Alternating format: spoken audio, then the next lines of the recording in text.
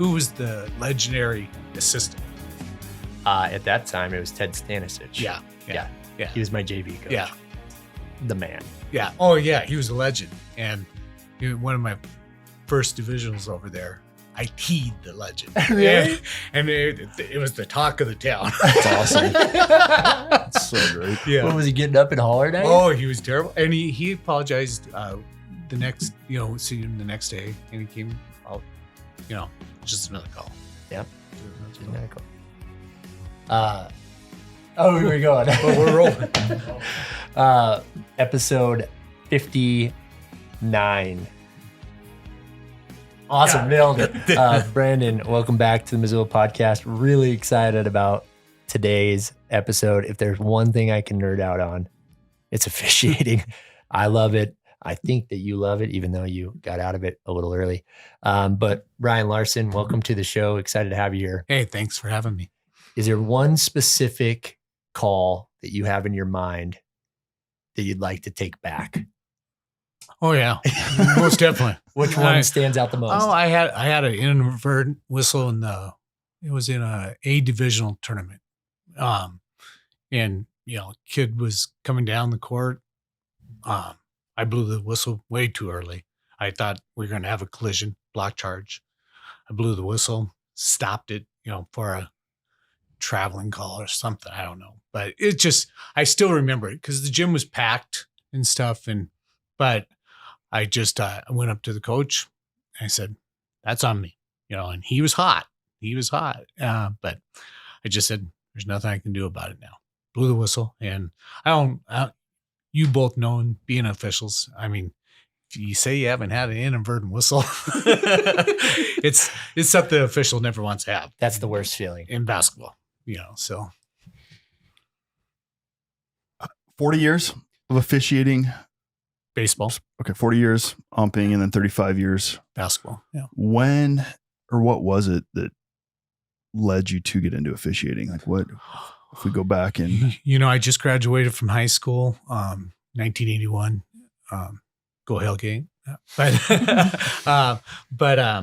And that was the first year of Big Sky High School. So my senior year was kind of a big year because we lost all of our kids to Missoula Big Sky. Hellgate was going to be a pretty dominant. Finally, we were going to have that dominant season that just didn't get to happen. But so I was living at home with mom and dad still. And the neighbor across the street said he was going to a referee meeting that night. And I said, okay. And I already been doing baseball a little bit. So, I said, hey, I'll go with you. And so, I went to the referee meeting and I ended up going to, I think my first game was Clinton, Montana for a grade school game. And then that weekend I had my first high school game, up in Seeley Lake. And I mean, I was shaking. I was nervous. I was shaking.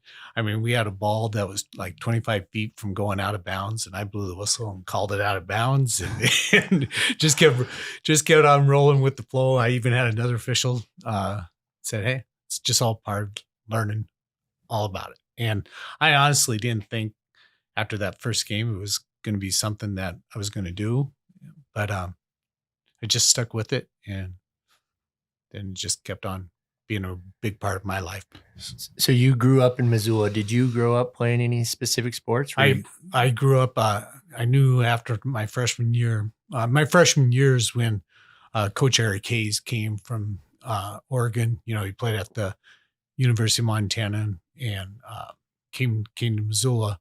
And after my freshman year, I could tell I wasn't in his plans. So basketball was not what I played. I played baseball and football. And, but that basketball was the sport that I really grew in as a official. What was it about basketball specifically that you like? I mean, after that first game, and you seem like a pretty calm guy. Yeah. It was just crazy. You just, at that time you were getting, you're going out as a third, we used to call it. And so you get to work with really two good veteran guys, So one works with you the first half of the JV game, the other one works the second half. But I just kept on enjoying it. I started looking at it like, wow, this is a lot of fun. And then they're handing me a check to do it.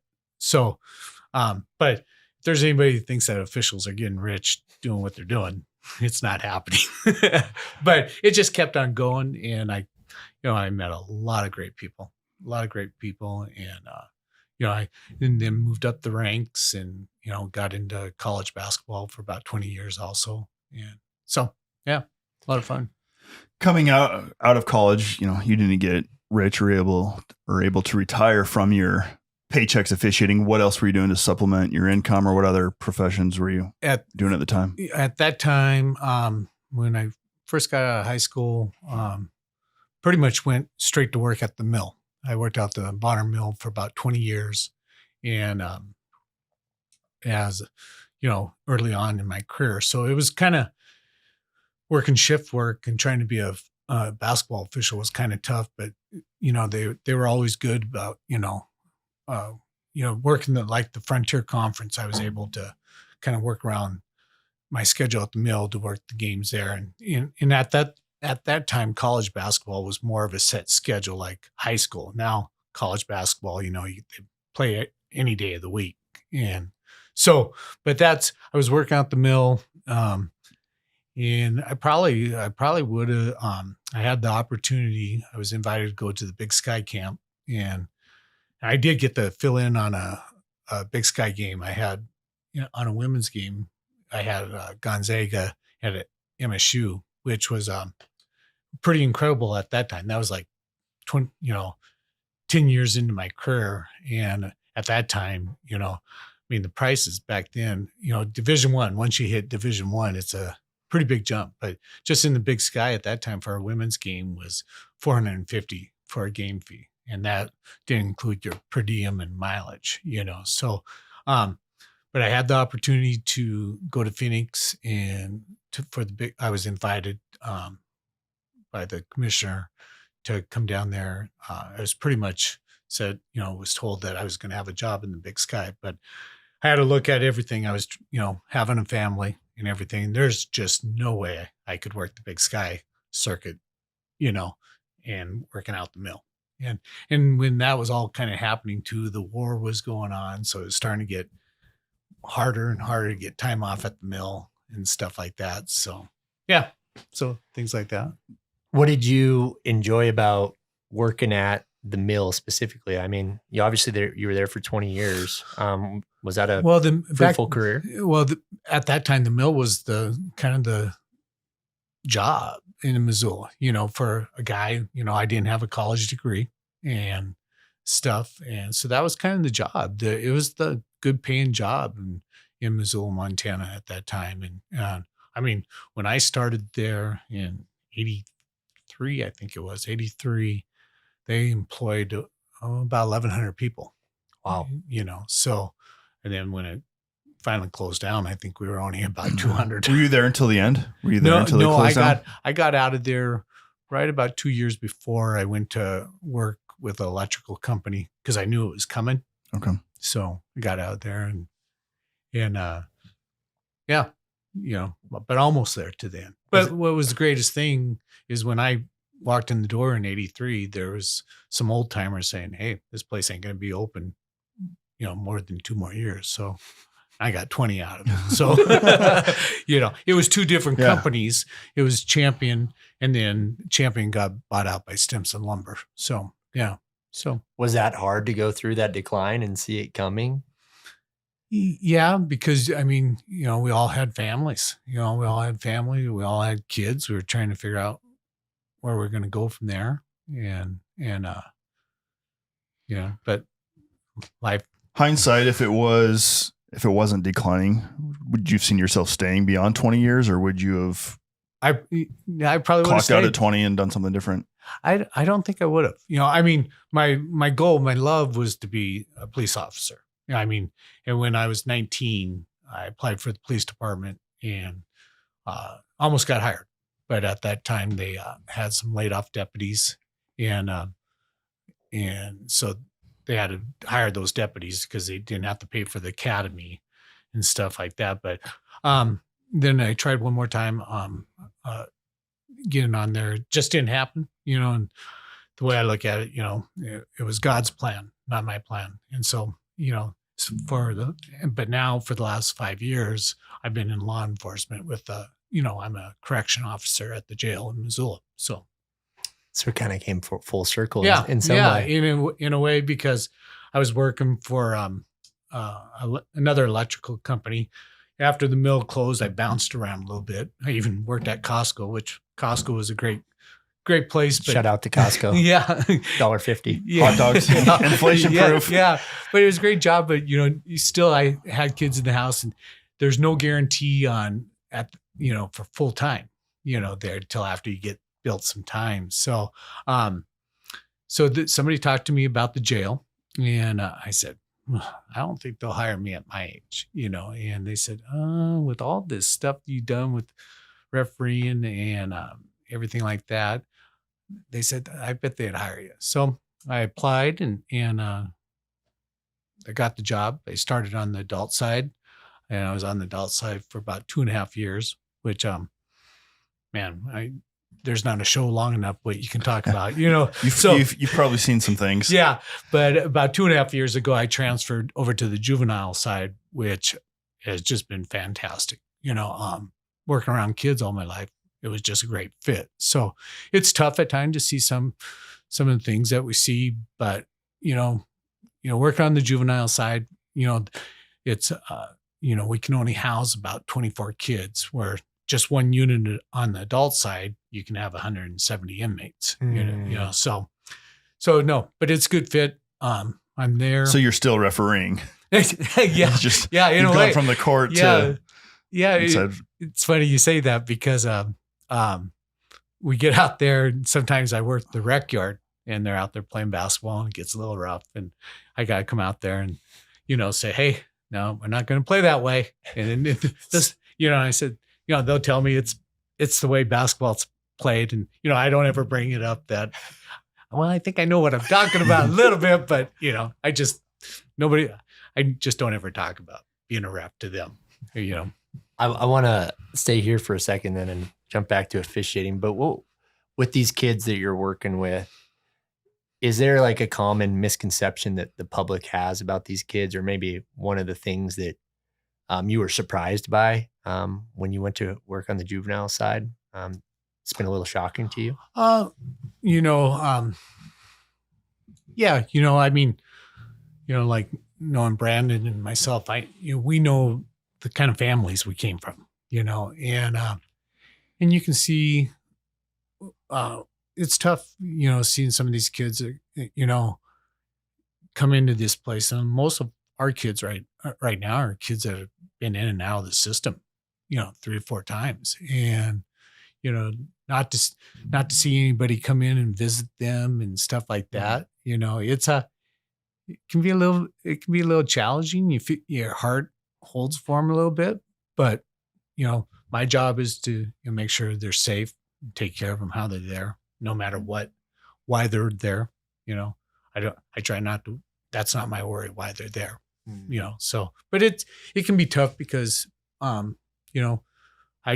always, I thank the Lord for the family I came from, I know Brandon where he came from, we're very fortunate, but, it's also, you just can't, I think it's also important to say that kids can pick a direction too, where they want to go with their life too, Right. so, but that's a hard balance to find, their environment, right, and also their choices. And yeah. So, and things have changed, from the time we were kids. I mean, when we were a kid, Grandma Nelson give me a swat on the hiney, and you know what? She did it because, she loved me. Now, if you give your kid a swat, you could be in trouble, so it's a little different. Back to officiating.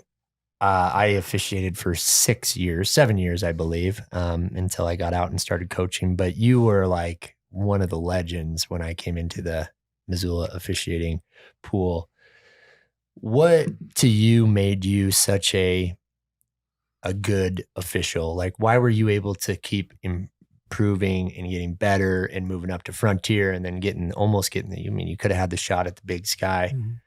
What were some of the things that helped you in your journey improve so quickly?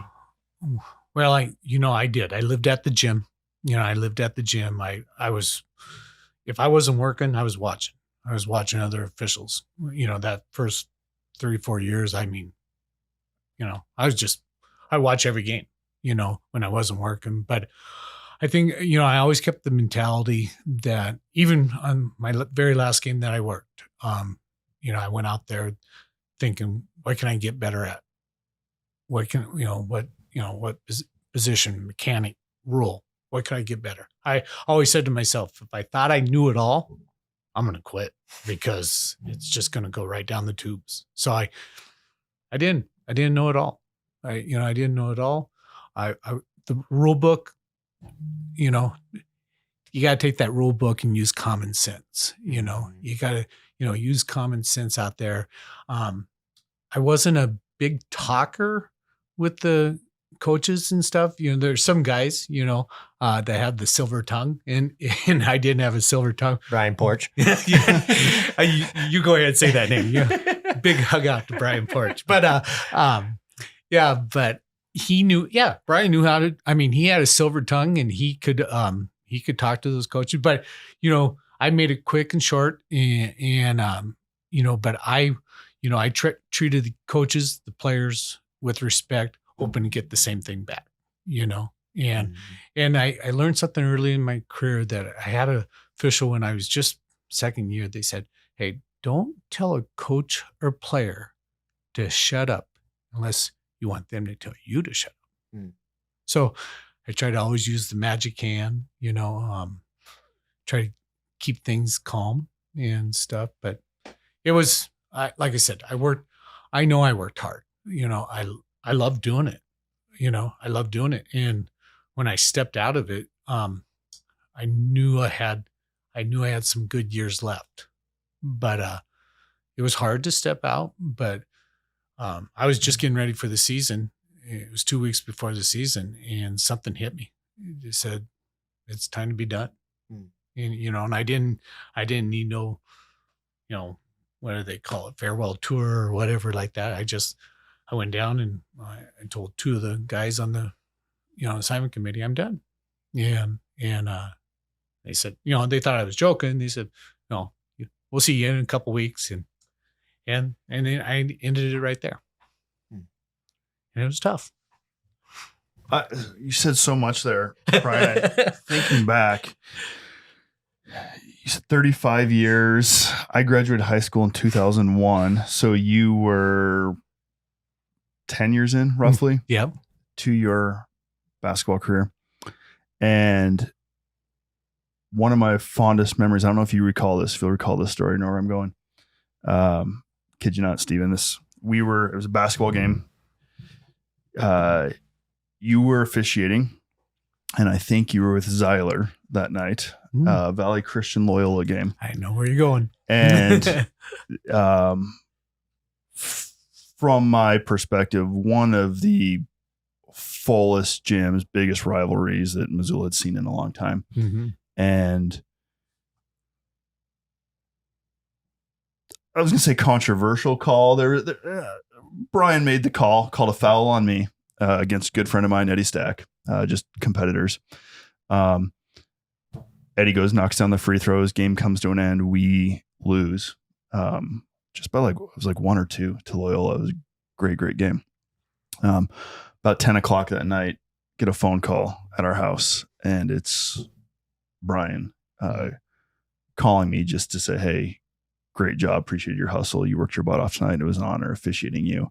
And in that moment, the respect for Brian, an official, of it didn't matter if I agreed with the call, right, wrong, or different, won or lost the game. Your genuine care and concern for a student, just a kid. Mm-hmm. And here we are 20 plus years. And I remember where I was standing in our kitchen when my dad handed me the phone saying, hey, it's for you. I'm like, who's calling me at 10 o'clock at night? So I don't know if you recall that. I do not recall that part. I really don't. called me, and still to this day, I think you got the call wrong. I did not foul. I did not foul Eddie. That's okay. That's okay. I probably did, but in the heat of the moment, it's like, come on. But no, just the fact that you made that call, like it was bigger than a game. You genuinely cared, and off the court, once the whistle was in your bag, you were able to just call a kid and encourage them on working their butt off, and great game. So no, thank you for that. Well, and thank you for remembering that. Like I said, I never thought we were bigger than the game, but the thing is, we're human, and at that time, I made a call,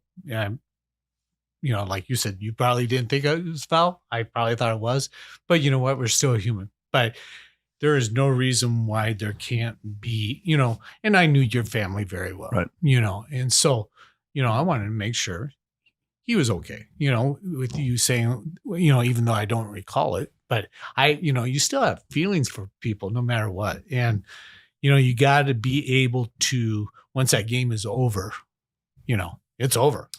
And I want to be fair. To this day, I still think the call was wrong. And to this day, right. Eddie still thinks the call is right. We talk about it all the time. Every time we see each other, That's he so reminds hard. me. Yeah, he reminds me. But just the way you handled it thank was really admirable. Well, thank you. you. Everything you just said about why you do it and the impact you're making with students in the juvenile detention center says a lot about you. And I really appreciate that. Well, that really makes my day. Thank you. Wow. Yeah. Well, you've had a rough day.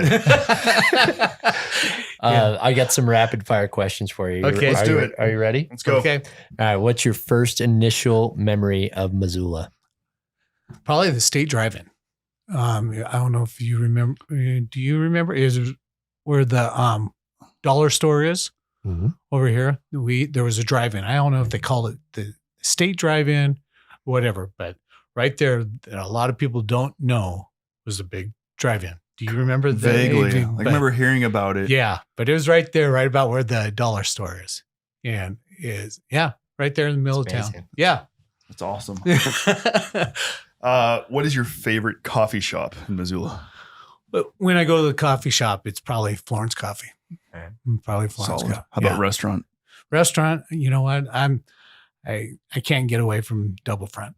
We grew up at Double Front. Can't beat it. It's so good. Yeah. Not good I don't for know. you. I don't know It's how not they good. do it Yeah. or what they're doing back in that kitchen, but I still, I'll hit that place about once every 4 months or something like that. It's still, I can still remember walking in when the setup was the other way and stuff, but Double Front is Double Front. yes, That's awesome. That's good. What zip code do you live in? 59803. Awesome. What is the weirdest thing about Missoula to you? The weirdest thing is that Missoula to me even though it's grown, it's still so much, I feel that not a lot has changed, if that makes sense. You know what I mean? It just, you go to other places and they go on the rise and stuff, but it seems like Missoula, places, like this place, used to be a church, they just kind of keep adding on. So I think it's kind of weird that, besides just getting more banks and casinos and pot shops, that's the weird thing. I mean, why you got to have so many pot shops when they were already all here already? That's a good question. Bryan, to you, what do you love the most about Missoula? Oh man. I for just a quick time, in my life, I lived here all my life. In just a quick time, right when I graduated from high school, before I started basketball that season, I went out to Olympia, Washington. I was a assistant manager with Foot Locker. Of course, I was wearing the black and white then too, but 2 months out there made me really fall in love with Missoula. And I mean, there's something in Missoula that you can do every season, whether it's, like now summertime, you got the water right here. If it's wintertime, you can go, sledding right up at Blue Mountain, you got your seasons, you can do something right in Missoula. And to me, Missoula, I know we have grown a little bit and it's not like the good old days where you could leave your door open and stuff. But to me, Missoula still feels safe to me. Great. So. Is there a particular book that has made an impact more than in others on your life? Yeah, I Am Third. The story about Gale Sayers and Brian Piccolo. What about it? They were teammates at, Chicago Bears. But the big thing where the book was titled off of is, God's first, my family second, and I'm third. So not always in life did I have that order straight, but I'll tell you what, through tough times and stuff like that, I do. I try to put my faith, first and foremost.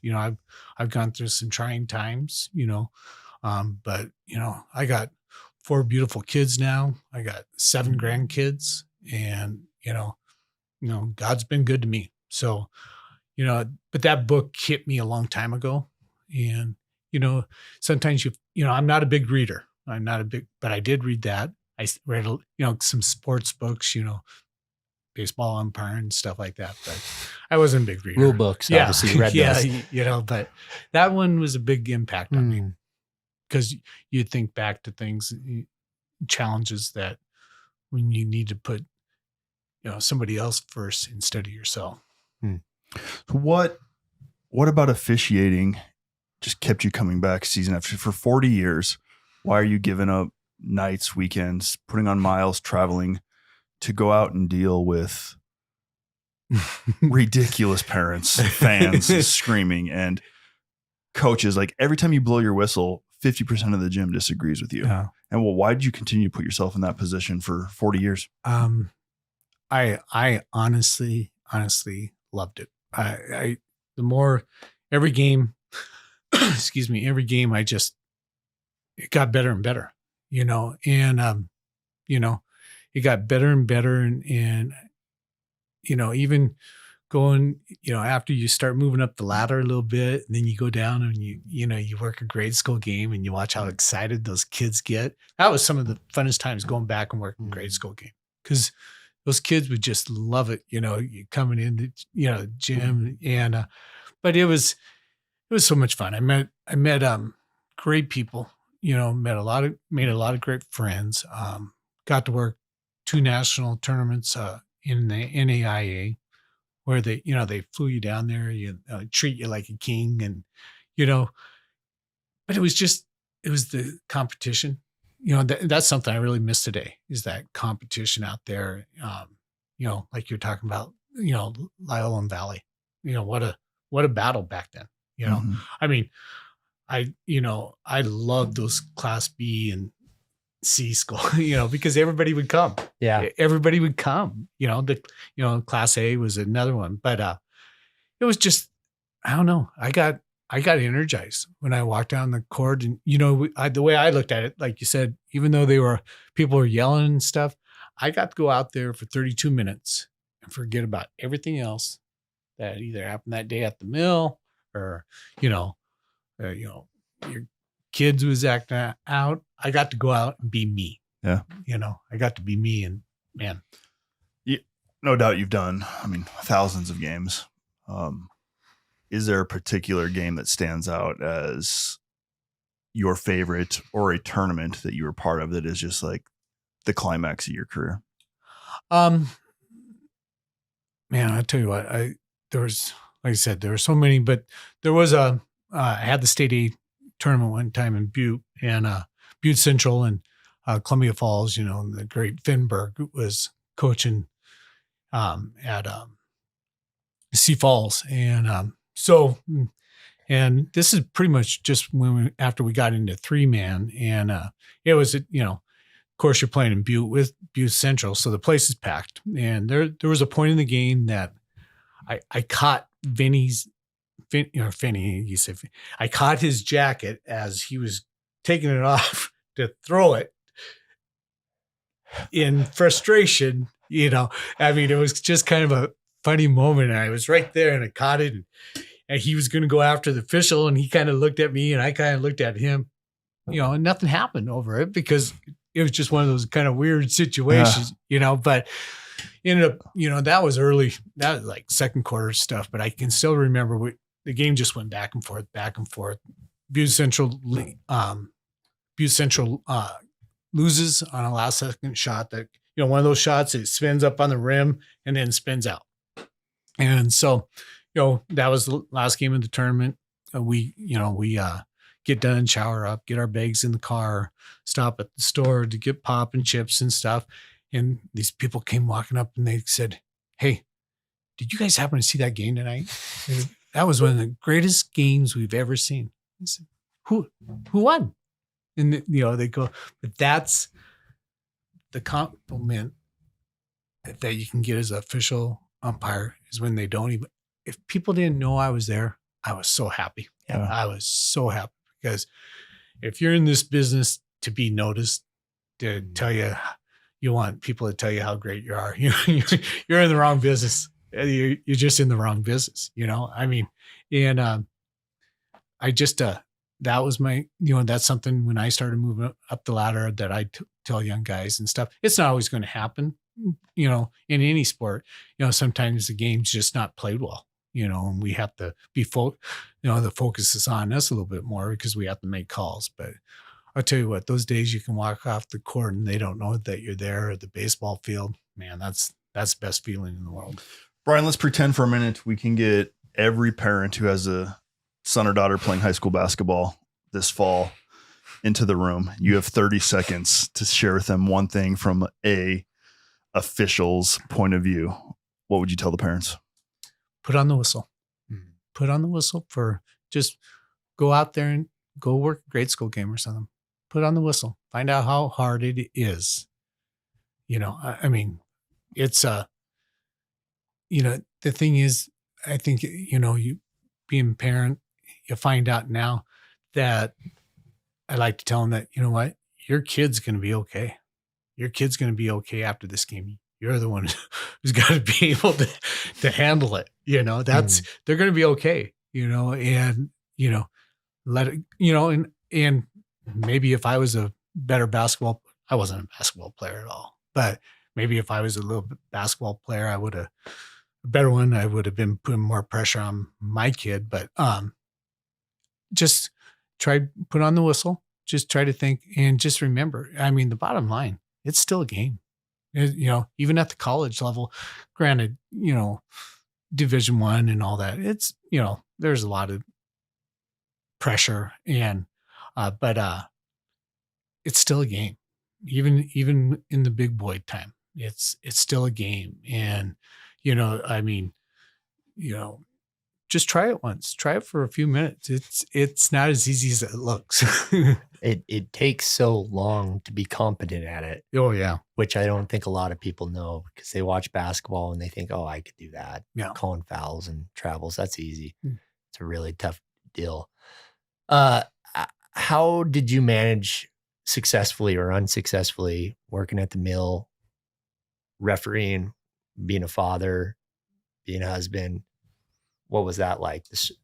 It was tough at times. It was tough at times because, we got so involved in officiating, sometimes we missed out on some of the things our kids were doing back then. I mean, it was just the older days of the refereeing. I mean, you just went out and did it and find a way to do it. And so, miss some things, and it was tough. It put pressure on at home, family life and everything else. But you had to make sure that, you try to, when you had that downtime, that you were doing something with those kids. And my kids, I mean, they were living at the basketball court with me. I mean, there's always somebody saying, "Hey, we'll watch him.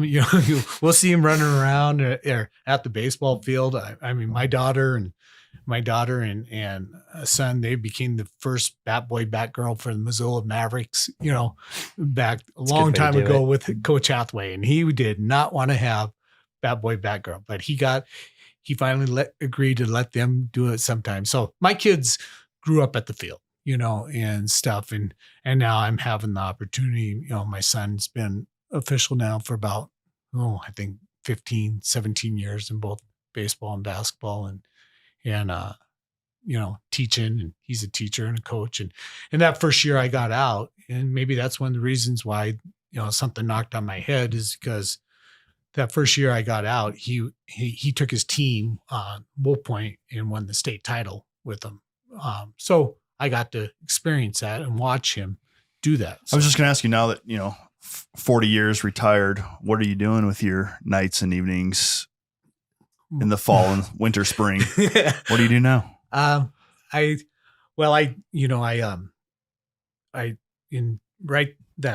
year that I got out, I ran my first full marathon, and then a month. Congratulations! Yeah, thank you. And then a month later, I was having major back surgery. So bad for the health. Yeah. So then I battled cancer about 2 years later. So this year numbers were good and stuff like that, and I just said, well, I want to try to do a half marathon again. So very fortunate that I thought, well, if I could. Didn't do a whole lot of heavy training or anything like that, but I thought, well, if I could do it in like 2.5 hours or something like that, I'd be very happy. And so I did the half here in Missoula and did it in 2 hours and 8 minutes Nice. Great job. Yeah, which was a lot of fun. Then I got to see your dad, which was awesome, on the bridge, and we had a nice little visit and stuff. But I just wanted to go out and do it again. And I kind of said that would probably be the last one, but now I kind of got an itch to maybe do it again. Yeah, that's how it happens. Next thing you know, you'll be doing ultra marathons. No, I won't get that carried away. But I'm just I